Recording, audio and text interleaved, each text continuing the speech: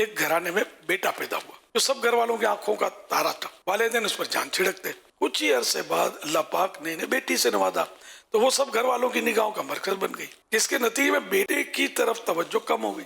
یہ کوئی بڑی بات نہیں تھی، مگر بیٹا اس بات کو شدت سے محسوس کرنے لگا کہ اب میرے ناز نخرے نہیں اٹھائے جاتے بلکہ چھوٹی بہن ہی کو لاڈ پیار کیا جاتا ہے. بڑھتے بڑھتے یہ احساس بغض و کینے اور حسد میں تبدیل ہو گیا. اب وہ وقتاً فوقتاً چھوٹی بہن کو مارنے پیٹنے لگا تھا اور نت نئے طریقوں سے اسے تنگ کرنے کی کوشش کرتا.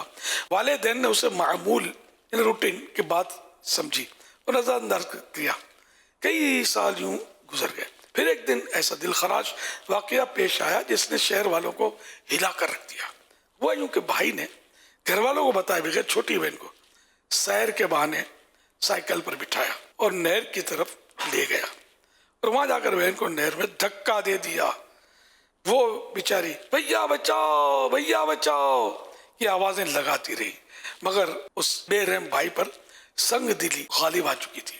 بلکہ وہ اتنی دور تک نہر کے کنارے اسے ساتھ ساتھ چلتا رہا جب تک اس کے ڈوبنے کا یقین نہیں ہو گیا. پھر وہ گھر واپس لوٹ آیا اور دل میں خوش تھا کہ اب سب صرف و صرف مجھ سے پیار کریں گے. جب گھر والوں کو بچی کہیں دکھائی نہ دی تو اس کی تلاش شروع کی.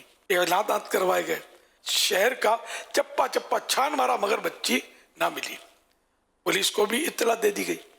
تفتیش شروع ہوئی تو تیسرے ہی روز بچے نے راز اگل دیا کہ کس طرح اور کس وجہ سے اس نے اپنی چھوٹی بہن کو موت کے گھاٹ اتارا تھا. جس نے بھی سنا وہ سکتے میں آ گیا. والدین پر تو گویا قیامت ٹوٹ پڑی تھی. بیٹی تو دنیا سے جا ہی چکی تھی، اب بیٹا بھی سلاخوں کے پیچھے جاتا دکھائی دے رہا تھا. لہذا اسے معاف کر کے قانون سے رہائی دلوائی گئی.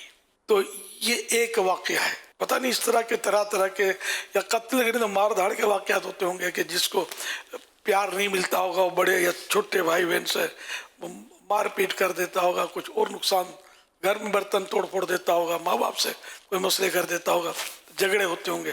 تو بہرحال یہ کہ بہن بھائی کا انصاف نہیں تھا تو یہ واردات ہوئی جو بطور سچی خبر یہ اپنی کتاب میں سے میں نے آپ کو پڑھ کے سنائی.